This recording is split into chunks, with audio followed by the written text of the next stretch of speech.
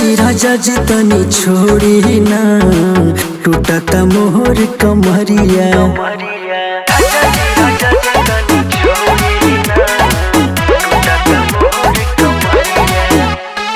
राजा जी तनी छोड़ी ना टूटता मोहर कमरिया।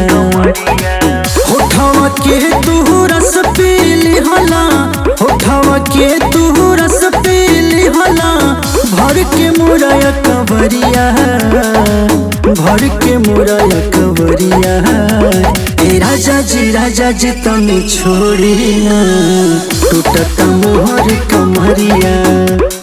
राजा जी तनी छोड़ी ना दुखत मोहर पंजरिया।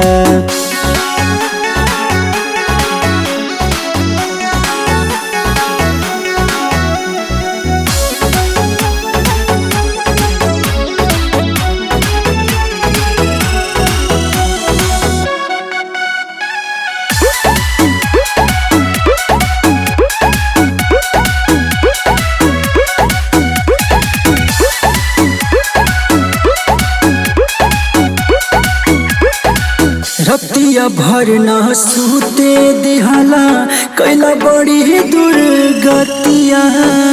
खेला ऐसन खेलला राजा तोड़ला जे खटिया। रतिया भर न सूते दिहला कैला बड़ी दुर्गतिया।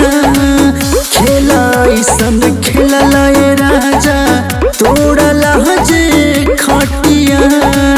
खेला ऐसन खेलला राजा तोड़ला जे खटिया।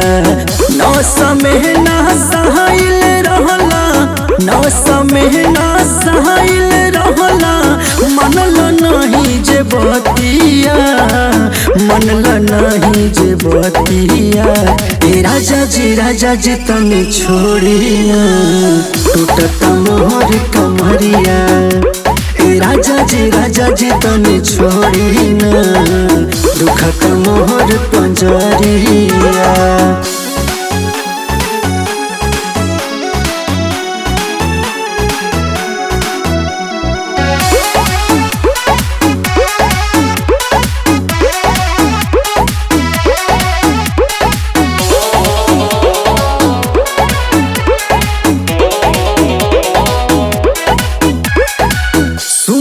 पिया मन मोर बतिया होता बड़ी परेशानी हो।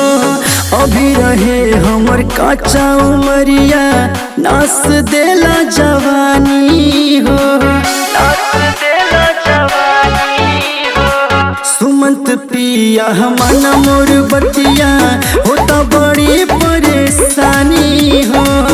अभी रहे हमर काचा उमरिया नास देला जवानी हो। अभी रहे हमर काचा उमरिया नास देला जवानी हो। चुम्मा के बहाने हमरा, चुम्मा के बहाने हमरा काट लेला जे दातिया, काट लेला जे दातिया। राजा जी तनी छोड़ी ना टूटता मोहर कमरिया।